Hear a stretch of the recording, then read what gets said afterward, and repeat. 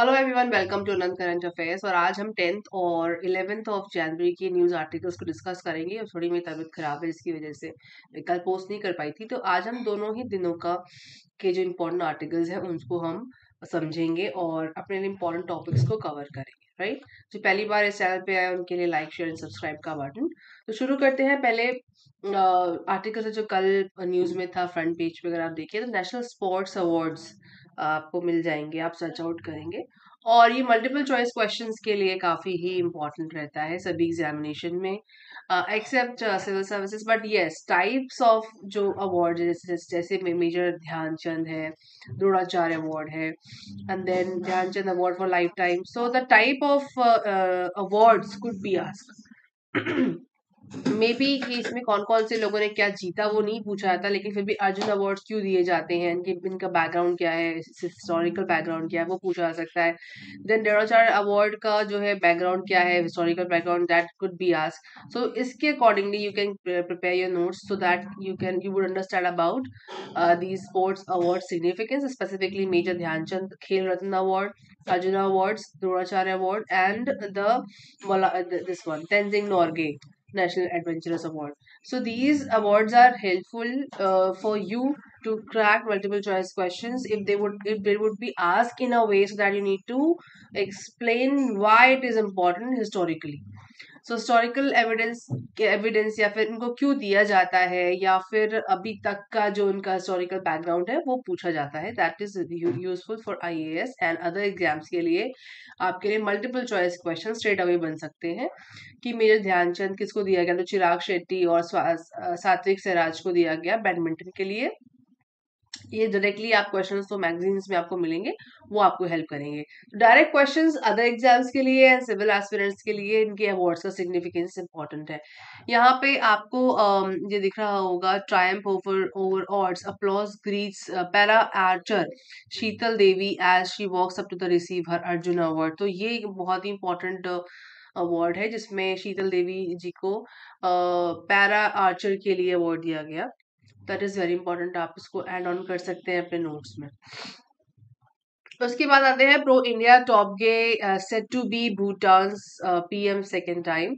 सो जब वहां पे भूटान एक देश सॉरी भूटान एक देश है जो हमारे आसपास के देशों में से बिल्कुल हमारी जो सरहद है उससे जुड़ा हुआ एक देश है। तो अगर आप मैप में देखेंगे, इंडिया यहाँ पे हमको दिखता है, फिर इसके बाद भूटान है, उसके आसपास आपको चाइना दिखता है, और ग्रेटर हिमालयन रेंज यहाँ पे दिखती है, lesser Himalayas and black mountains भी दिखते हैं।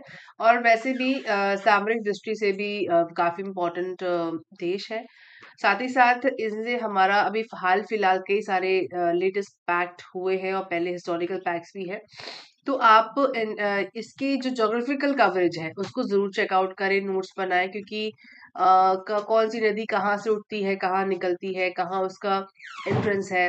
ब्रह्मपुत्र का कवरेज क्या, आप देखेंगे कुरु दिख रही है यहाँ पे हमको, पारो, अमो एंड मानस नदी यहाँ पे दिख रही है, डोंग पास दिख रहा है, और जिनके दोरजी वाइल्ड लाइफ सेंचुरी भी इस मैप में हमको दिख रही है। तो इस तरह की सेंचुरीज, नदियां, पहाड़ और जो रेंजेस हैं, हिमालयन रेंजेस हैं, उसके पर जोग्राफिकल क्वेश्चन बनते आए हैं। ये एरिया काफी इंपॉर्टेंट है, तो आप उसके कवरेज को चेकआउट करें। तो जोग्राफी के लिए आप नोट्स बनाए, प्लस जो आपके सामरिक दृष्टि से का मतलब स्ट्रेटेजिकली इम्पोर्टेंट देश है, तो उससे अभी तक हमारे कितने पैक्ट हैं। अभी हाल फिलहाल जो पैक्ट हुआ है जिसमें हाइड्रो इलेक्ट्रिक को लेकर के, और साथ ही साथ हमारा जो वाटर डिस्ट्रीब्यूशन को लेकर के काफी पैक्ट के ऊपर बातचीत रहती है, न्यूज रहती है, उसको भी एक बार आप रिवाइज करें और अपने नोट्स बनाएं, ये आपके लिए हेल्पफुल रहेगा। वहां पे जो जो भी पार्टी सेलेक्ट होती है, जो भी पीएम सेलेक्ट होता है, वो एक वन लाइनर क्वेश्चन बन सकता है, मल्टीपल चॉइस क्वेश्चन बन सकता है, जो भी सिलेक्ट हो। लेकिन आपके लिए जो डिटेल के क्वेश्चन रहते हैं, वो वहाँ की बाकी चीजों जिस पे लोग ध्यान कम देते हैं उस पे ध्यान आपको रह देना चाहिए, तो सो दैट की नोट्स मेकिंग में आपको हेल्प मिले। ओके, नेक्स्ट है आपका status check update on national pension system likely in budget. देखिए बजट आने वाला है, तो बजट के साथ साथ कई सारी न्यूज ऑलरेडी छप रही हैं कि इस पे ध्यान दिया जाएगा, उस पे ध्यान दिया जाएगा। तो आप जब भी न्यूज पेपर पढ़े तो आप गो थ्रू कर सकते हैं, बुराई नहीं है। लेकिन जब वाकई बजट आएगा उस वक्त आपको काफी एक्टिव रहना पड़ेगा। काफी सारी वेबसाइट्स और जो आपके कोचिंग के चैनल्स होते हैं, वहां पे आपके लिए पूरी पूरी फाइल्स होती हैं बजट के ऊपर, इकोनॉमिक सर्वे के ऊपर। और मैंने इसके ऊपर लास्ट ईयर भी काफी बड़ा अच्छा खासा वीडियो बनाया था फाइंडिंग्स के ऊपर कि बजट में क्या बोला गया, इकोनॉमिक सर्वे क्या कहता है। इस बार भी बनेगा। तो आप अभी जिन्होंने सब्सक्राइब नहीं किया है, बिल्कुल प्राइम टाइम है सब्सक्राइब करने के लिए, सो दैट कि आपको बढ़िया एनालिसिस यहाँ पे मिल सके और आपकी तैयारी में हेल्प हो। यहाँ पे आप देखेंगे सोमनाथन पैनल में submit report by end of January. देखिए सोमनाथन पैनल को आप सर्च आउट कर सकते हैं। ये पैनल ने क्या, इसको क्या जिम्मेदारी दी गई है, क्या ये सर्च आउट करने वाला है एक्चुअली, और कैसे नेशनल पेंशन स्कीम बजट में अपनी जगह पा सकती है, क्या चेंजेस हो सकते हैं, उसको आप सर्च आउट कर सकते हो। सोमनाथ पैनल आ गया, उसके बाद एनपीएस को आप सर्च आउट करके नोट्स मेकिंग में ऐड ऑन कर सकते हैं। जब भी आप नोट्स बनाएं तो आप सेग्रीगेट कर ले, पॉलिटी के लिए अलग, इको के लिए अलग, और बाकी आपका सोशल कॉजेस के लिए अलग, और इस तरह के आप सेग्रीगेशन कर सकते हैं। और आप देखेंगे कि ज्योग्राफी के लिए अलग, तो आपको देखेंगे आपके ऑलरेडी न्यूज़पेपर से कनेक्टेड नोट्स बनते रहते हैं, और आप साथ के साथ अपने मेन टॉपिक से रिवाइज भी करते रहते हैं। कोई अलग से कोई चीज नहीं करनी, it's kind of a smooth process. अगर आप कंफ्यूज रहेंगे मुझे न्यूज अलग से पढ़नी है और टॉपिक अलग से पढ़ना है, that's not gonna happen. Budget की देखिए जहां तक बात हुई, तो बजट में आप क्या करो, आप सीधे जाके कॉन्स्टिट्यूशन में बजट पढ़ो। जब भी बजट आ रहा है बजट पढ़ो। अगर 10 बार आ रहा है 10 बार पढ़ लिए तो आपको रट जाएगा कौन सेक्शन में क्या लिखा है, 110 में क्या है, 111 में क्या है, तो बजट क्यों पास होता है, बजट कैसे पास होता है, पूरा प्रोसेस आप जब जाओगे तो पॉलिटी में पढ़ लो, पॉलिटी कवर हो गई। और जब आप एनपीएस पढ़ते हो और बाकी के स्ट्रक्चर को पढ़ते हो तो आपका इको कवर हो जाती है। तो इस तरीके से स्ट्रेटेजी बना करके आपको अपने नोट्स प्रिपेयर करने हैं, राइट। आगे बढ़ते हैं। India set to be world's third largest eco by 27-28, हमारे फाइनेंस मिनिस्टर ने इस बात पे बोला है। तो जब भी इस तरह का आर्टिकल आ रहा है तो आपको कोई फैक्ट कवर नहीं करना है, आपको उनके जो कहा जा रहा है उसके पीछे समझना है।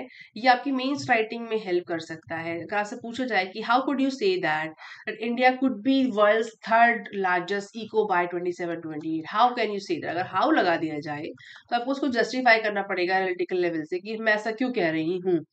तो मेरे पास फैक्ट होना चाहिए। फैक्ट का मतलब नंबर्स नहीं होते, फैक्ट का मतलब जो उसके पीछे बैकग्राउंड है उसके पीछे। तो वो कह रही है FDI is coming in it's like water, it flows to lower ebb where policy brings in greater certainty, convenience, ease of doing business. Of course तो हम ईज ऑफ डूइंग बिजनेस दे रहे हैं, हमारे पास फंडिंग आ रही है बाहर से, और disruption of high US Fed rate and other things can divert it elsewhere, but despite that we have been getting a flow of FDI. मतलब हमारे पास एफडीआई का फ्लो है, हमारे पास ईज ऑफ डूइंग बिजनेस है, ताकि बाहर के लोग यहाँ आके बिजनेस कर सकें। और it is not only come for manufacturing but also for service sector, service sector हमारा बहुत स्ट्रॉन्ग है। तो पहला पॉइंट हमारे पास क्या आया, हमारे पास ईज ऑफ डूइंग बिजनेस है, इसको शॉर्ट फॉर्म मैंने यहाँ लिख दिया है। उसके बाद हमारे पास एफडीआई है, और हमारे पास साथ ही साथ सर्विस इंडस्ट्री में भी ग्रोथ है। ये 3 पॉइंट आ गए, मैं आपको रफ बता रही हूँ, पॉइंट्स और भी हो सकते हैं।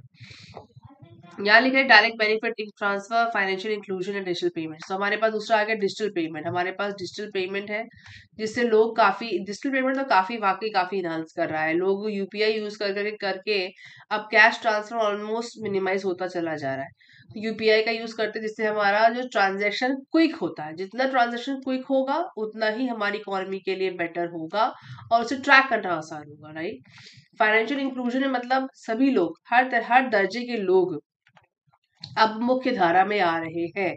मतलब जैसे कि गांव, कह लीजिए अर्बन, सुदूर इलाकों के लोग, अर्बन नहीं रूरल इलाके के लोग भी फाइनेंशियल इंक्लूजन में मुख्य धारा में आकर के बैंक खाता खोल करके सभी सुविधाओं का लाभ उठा पा रहे हैं डायरेक्ट बेनिफिट ट्रांसफर की वजह से, राइट। तो ये सारे पॉइंटर्स हैं आपके इस सवाल को जस्टिफाई करने के लिए कि इंडिया थर्ड लार्जेस्ट इकोनॉमी कैसे बन सकता है 27-28 तक। तो इस लिहाज से अगर आप आर्टिकल पढ़ते हो तो आपका इको कवर हो जाता है, साथ ही साथ आपकी पॉलिटी कवर हो जाती है, उसके सेक्शंस भी आप ले सकते हो। और आपके लिए एक बढ़िया चीज ये कि आपका जो फोर्थ पेपर है एथिक्स पे भी आप लिख सकते हो, और आपका इंटरव्यू भी कवर हो जाता है। तो मेरा कहने का मतलब ये समझ डेवलप करना जरूरी है एक किसी बड़े एग्जाम को क्रैक करने के लिए कि एक्चुअली क्या कहा जा रहा है, उससे आप क्या डिराइव करते हो। Then giant fog cover may be lifting.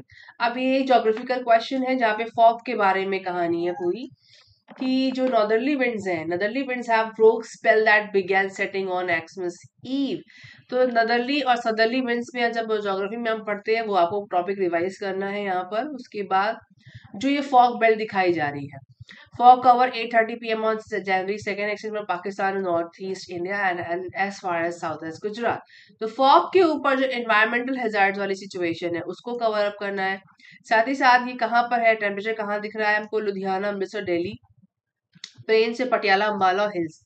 तो इस इन चीजों पे न जाते हुए आपको नॉर्दर्ली और सदर्ली विंड्स क्या चीज है, और फॉग का जो टाइम फ्रेम चल रहा है इसमें ये कब कब कहाँ कहाँ स्प्रेड होता है, कहाँ ठंडी हवाएं आती हैं, कहाँ जाती हैं, ये पूरा हम डिस्कस कर चुके हैं ज्योग्राफी सेक्शन में। लेकिन फिलहाल के लिए अगर आप इसको सिर्फ वहां जाए को आप जो आपका ज्योग्राफिकल डिवाइड है पूरे ग्लोब का, जैसे आप डिवाइड पूरे ग्लोब का जो डिवाइड है उसको आप समझ ज्योग्राफिकल डिवाइड में, जहाँ पर सदर्ली नदर्ली विंड्स का आना आना जाना वाला इस तरह का मैप होता है। अगर आप ज्योग्राफी में जाएंगे तो मिल जाएगा, उसको रिवाइज करें। और साथ ही साथ आप ये भी रिवाइज चेकआउट कर सकते हैं कि इन्वायरमेंटल हैजार्ड में फॉग, जैसे फॉग की बात होती है, सॉरी फॉग की बात होती है, स्मॉग की बात होती है, तो फॉग और स्मॉग में क्या फर्क होता है ये इन्वायरमेंटल पर्सपेक्टिव से भी आप तैयार कर सकते हो। उसके बाद ग्लोबल वार्मिंग पे भी हम आ सकते हैं कि ग्लोबल वार्मिंग का हमारा क्या कितना इम्पैक्ट है इन सब चीज़ों पे, क्योंकि जब स्मॉग बढ़ेगा तो इन्वायरमेंटल हैजार्ड्स बढ़ेंगे, लोगों को सांस लेने में दिक्कत होगी, और इसकी भी स्टडीज निकल चुकी हैं। तो आप वहां से स्मॉग से ले जाकर के सीधे आप ग्लोबल वार्मिंग से कनेक्ट करते हुए इन्वायरमेंटल कनेक्ट बिठा सकते हो। तो इस तरीके से आप एक क्वेश्चन और प्रिपेयर कर सकते हो जिसमें आपका पर्यावरण कवर होगा और ज्योग्राफी भी कवर होगी। Now earning IIM IT certificates via free e course अहिट स्वयं करके एक वेबसाइट है गवर्नमेंट की, मैंने भी आज गो थ्रू किया, आप भी चेकआउट कर सकते हैं।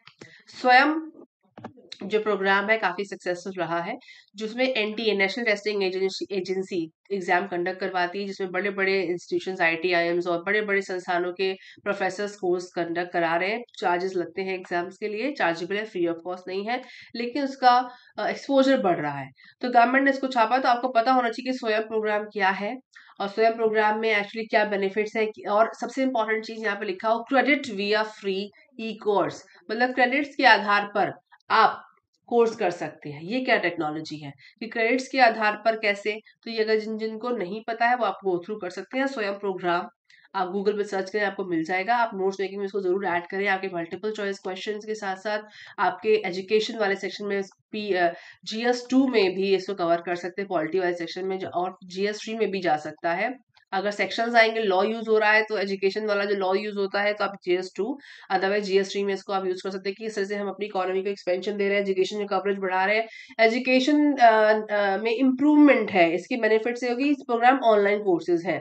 तो अगर आप देखिए नंबर्स यहाँ बढ़े हुए हैं 2018 से अभी 1,27,882 लोग इसमें ईयर वाइज कैंडिडेट्स बढ़ रहे हैं, इनरोल करा रहे हैं, तो मतलब एक्सपोजर बढ़ रहा है। तो हम इससे कहीं ना कहीं जो मुख्य धारा है एजुकेशन में जो परिवर्तन की बात होती है उसमें कितना फायदा हो सकता है, इससे मेंस राइटिंग में क्वेश्चन बन सकता है, साथ ही साथ मल्टीपल चॉइस क्वेश्चन में भी सवाल बन ही सकता है कि स्वयं क्या है, व्हाट इज स्वयं, right. Now is Lakshadweep ready for tourist rush, ये आपके लिए एड ऑन है आज के आर्टिकल में। इसमें बताया गया कि paradise of God's own country. तो अभी तो हमें गॉड्स ओन कंट्री पता था, अब हमें paradise of God's own country कौन जगह के लिए यूज हो रहा है, विच इज लक्षद्वीप। तो लक्षद्वीप इस साल काफी सारा टूरिज्म अट्रैक्ट कर रहा है। इसमें आप देखेंगे कि यहाँ पे फ्लाइट भी दिखाई गई है इसमें, इसको मैं एक्सपैंड करती हूँ। हाँ, कोची से अगाथी आइलैंड और कावराती, अगाथी कावराती इसी का पार्ट है, और मिनी गॉय अगर आप ज्योग्राफी में उठा के देखेंगे तो आपको मिल जाएगा। तो यहाँ पे आपको देख रहे हैं आपको एक्सपोजर मिल रहा है। साथ ही साथ ये कह रहे हैं कि इसमें लक्षद्वीप क्या है, लक्षद्वीप एक आर्चिपेलेगो है, यहाँ पे लिखा हुआ है, कहीं मैंने मिस कर दिया है, हाँ। तो एक आर्चिपेलेगो है। लक्षद्वीप का एक्सपोजर क्या है, टूरिज्म में क्या क्या कवरेज है, ये आपके लिए एक होमवर्क है, आप इसको जरूर एक्सप्लोर करें। अगर न्यूज में छप रहा है, और PM Narendra Modi paid a visit recently and it's snorkelling picture went viral. तो जब हमारे PM साहब वहां पहुंचे हैं तो इसको और एक्सपोजर आपको देना चाहिए कि वहाँ की ज्योग्राफी के बारे में, वहाँ का हमारे भारत से लक्षद्वीप में क्या ट्रांसपोर्टेशन है, क्या इम्पोर्ट एक्सपोर्ट है, टूरिज्म इंडस्ट्री कितनी ज्यादा बढ़ चुकी है, कितनी घटी है, ये सब आपको पता होना चाहिए। इकोलॉजिकल सेंसिटिव जोन है, इसके बारे में पहले भी बात हो चुकी है, तो ये आप पूरा का पूरा सर्च कर सकते हैं। उसके साथ ही साथ आप, जैसे मैंने कहा कि आर्चीपेलागो, उसके साथ साथ लगून्स, लगून से आपकी ज्योग्राफी में कवर हो सकते हैं, लगून्स एंड आर्चीपेलागो, इसको भी आप कवर कर सकते हैं कि क्या है, ज्योग्राफी में आप सर्च कर सकते हैं। और यूनियन टेरिटरी विद ये एक यूटी है, यूटी लिखा हुआ है, union territory with a high level of education and pristine island Lakshadweep and best reach विया केरला। तो केरला के पास है, केरला से ट्रैवल करना यहाँ आसान। लिटरेसी रेट 91.9%, पॉपुलेशन यहाँ लिखी हुई है, एरिया लिखा हुआ है। यहाँ पे 36 आइलैंड्स और 10 इनहेबिटेड है। 12 अटॉल्स, अटॉल्स भी एक ज्योग्राफी में वर्ड आता है, अटॉल्स याद रखिएगा, बहुत अच्छे शब्द है ये, क्वेश्चन बन सकता है। रीफ्स, रीफ्स क्या होती हैं, रीफ्स, तो मैंने आपको आर्चीपेलागो बताया, मैंने आपको उसके अटॉल्स बताया, रीफ्स बताया, और सबमरीन बैंक्स बताया। ठीक है, तो ये कुछ टर्म्स ज्योग्राफी में एग्जैक्टली आपको डेफिनेशन वाइज आपको पढ़ लेने हैं, अपने नोट्स में इसको ऐड ऑन कर लेना है, और आप इसके लिए होमवर्क बना लीजिए कि आपको लक्षद्वीप पे सर्च आउट करना ही करना है, क्योंकि अगर हमारे पीएम साहब वहाँ गए हैं तो उसके ऊपर कई सारे सवाल बनने लाजमी है, मल्टीपल चॉइस क्वेश्चंस में बन सकते हैं। ठीक है, जैसे यहाँ पे लिखा ट्रेडिशनल लावा डांस, लावा डांस कहाँ का डांस है, मिनी कोय में होता है, तो लिविड लावा डांस मिनी कोय लक्षद्वीप का डांस है। तो डांस फॉर्म्स बहुत पूछे आते हैं आईएएस में, तो पूछा आ सकता है। तो इस तरीके से आप आर्टिकल पढ़ के अपने क्वेश्चन मेकिंग में, नोट्स मेकिंग आप जरूर करें। अगर सपोज करिए आप नहीं भी रट सकते हो, तो रोज न्यूज़पेपर पढ़ने से दिमाग में कुछ ना कुछ तो जाता ही है, तो ये आपके नोट्स मेकिंग में, आपके प्रिपरेशन में हेल्पफुल है, ऐसा मुझे लगता है। तो ये था हमारा आज का और कल का news analysis on daily news discussion. I hope ये आपके लिए हेल्पफुल रहा होगा। सॉरी फॉर माय वॉइस, क्योंकि थोड़ा सा जुकाम ज्यादा है, बट अगर हेल्पफुल है तो give me a big thumbs up, like, share and subscribe with your friends and those who are preparing for examinations, entrance examination, और जिसको मिलेंगे नेक्स्ट वीडियो में, तो तैयारी करते रहिए।